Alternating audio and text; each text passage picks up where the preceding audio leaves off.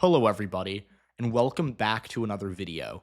In today's video, we'll be taking a look at the 2024 Maryland Senate race, and this is the latest in part of a series I've been doing where we cover the most competitive Senate races in the country. We've done Ohio, we've done Montana, we've done Arizona, so go check those videos out if you have not watched them already.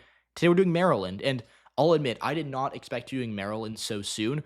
But just yesterday, as you can see on your screen, we got a poll that showed a dead heat here. Larry Hogan, the Republican, 46%. Angela Alsobrooks, the Democrat, also at 46%. So let's talk about Maryland today. Now, to understand this race, there are two things I want to say immediately. First, we have to know the candidates. And then secondly, I will tell you my broad conclusion immediately. Then we'll kind of work backwards from that. So the first thing that it's important for us to understand is who the candidates are. So Angela Alsobrooks, the Democrat, is the current county executive of Prince George County. This is an overwhelmingly blue county, voted for Biden by 80 points in 2020, so it's very Democratic, right outside of the District of Columbia. And Larry Hogan is, as many of you probably already know, the former governor of Maryland, who was term limited in 2022, but he was a two-term governor, quite popular here, and he's a Republican in a deeply blue state. So, again, these are two candidates that I think both parties are happy with. Also, Brooks, as an executive from a relatively large county in the state, very influential to the Democratic base. And Republicans got the best recruit they could have hoped for in Larry Hogan, who was the former governor of the state of Maryland, and a popular one at that. So this race, it's not crazy to imagine it being close when you take an initial look at it, because Maryland, although it is a blue state, Larry Hogan's won twice statewide, and broadly, he's been a recent governor, so voters do tend to like him. But I believe this race will not be particularly close in the end. I expect Angela Alsobrooks to win by 10, 15 points when it is all said and done.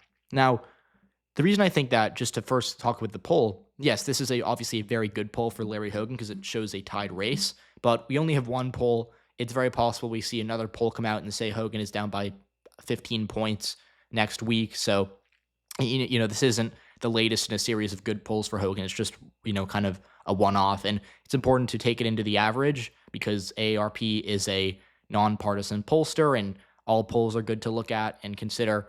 But again, it's only one poll. We don't really have a trend just yet. And now I kind of want to look at a pair of case studies that I think are very interesting. So Senate races usually are pretty similar to presidential races. And if you take a look at the 2020 presidential election map, the only state, by the way, comment down, pause the video and comment down if you know the answer to this question before I say it. There was one state in 2020, and there's actually been one state, since 2012, or excluding 2012. So in 2016, 2020, there was one state that voted for a presidential candidate of one party and then voted for a senator on the same ballot of the other party. So that doesn't include midterms. It just includes on the same day, voters voted for a Democrat for president, Republican for Senate, or Republican for president, Democrat for Senate. Comment down, pause the video, comment down below. Do you know who that was? I'll tell you in 3, 2, 1. Susan Collins in Maine in 2020 was the only Senate candidate to win in a state that voted the other way on the same ballot. She won in Maine in 2020. This is a state that Biden won by 9, Collins won by over 8 points. So we saw roughly a 17-point ticket split. And again, that was a pretty shocking performance, but it's only one out of the many Senate elections we've had in 2016, or that we had in 2016 and 2020. So Larry Hogan, while a good candidate, would be defying a pretty, significant trend. And we also have to look at some midterm, or first a midterm case study, then another 2020 case study. So in 2018, we had a Senate election in Tennessee. Phil Bredesen, the Democrat, versus Marsha Blackburn, the Republican. Blackburn, as you can see, won by 11 points, which is a pretty good margin. Obviously, in Tennessee, deeply Republican state, Phil Bredesen did do very well for a Democrat. He lost only by 11 points, which is impressive, but still 11 points, not, a particularly close race. But if we look at the polling from that race, early on, Phil Bredesen, who was the former governor of Tennessee, very popular governor, he was leading in most of the polls. Go back to 2017 and then getting into, spring and summer of 2018, he was leading in most polls, and he led decisively in some polls as late as September. I mean, September 15th, he was up by 8 points in a CNN poll, and then, he kind of saw his lead begin to evaporate, and he didn't lead in a single poll in the month, or in the final 2 weeks of the campaign. So what we saw was early on, Phil Bredesen, the former governor of Tennessee, Democrat in a red state, a lot of people liked him, and he held leads at many points. But by election day, he did not, because voters realized they didn't want a Democrat in the Senate, because Tennessee is a deeply red state. And Bredesen ran a good campaign. He was a good candidate. Best candidate Democrats could have hoped for. He didn't come close to winning. 2020, we have a similar example. In Montana, Steve Daines was the incumbent Republican. Steve Bullock was a very popular governor of the state as a Democrat. Let's look at the polls. Early on, looked like it could be a Democratic-leaning race. In 4 of the first 5 polls, we saw Steve Bullock have a lead over Steve Daines. But as we got more into the general election season, as polarization set in, as Trump began to, focus a bit more on Montana to help out Steve Daines, we saw Republicans take the lead in most polls. And by election day, we actually saw Steve Daines having a slight lead, and Daines won by 10, which is more than anyone thought. Most people thought he'd win by maybe 3 or 4. He won by 10. So again, that's 2 races in the past couple of years that we've seen where a Democratic governor runs in a red state. Early on, the polls look good for them, but then voters realize, look, maybe we're okay with having a Democratic governor, but we don't want a Democrat in the Senate. We're going to stay with the Republicans federally. And Maryland could be the opposite, where it's a very Democratic state, broadly quite a liberal state as well. And so voters might be fine with a Republican governor because it's a local issue that would only affect them, but they might not want a Democratic or a Republican senator who would cast important votes in Washington for the next 6 years. And so if we take a look at this map, you just begin to see how difficult it is for Larry Hogan. So Joe Biden won this state by over 33% in 2020. It was one of the blue states in the country. If you take a look at the margins he got in these, populated counties, Prince George and Montgomery, these are counties right outside of D.C. In Montgomery, he netted over 300,000 votes. In Prince George, he netted 350,000 votes. In Baltimore, this is another big city, Biden netted nearly 200,000. Baltimore County netted another 120, 130K. And then, obviously, these are the areas right outside of the District of Columbia, which are very favorable to Democrats, as I mentioned. So that is where also Brooks is likely to do well. Again, she's from this area, so she could get a bit of a boost there.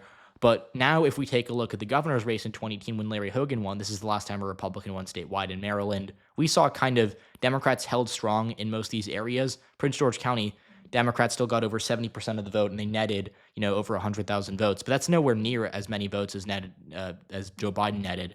And then Baltimore obviously stayed pretty blue, but you look at the suburbs around it, Baltimore County, that shifted red. Again, Larry Hogan won this county, as you can see here, by 76,000 votes. But in 2020, Joe Biden won this county by, 112,000 votes. So that alone, that's nearly 200,000 votes swing in favor of Hogan. And so that shows that, these are Democratic voters. And in Senate races and House races and presidential races, those areas outside of Baltimore, deeply Democratic. But in the governor's race, as you can see, over 60% for Larry Hogan. So Hogan does know how to appeal to these voters, but the question is, can he do it in a Senate race? And my answer is likely no, because we've seen this same story before. In 2018, look at a Phil Bredesen County map.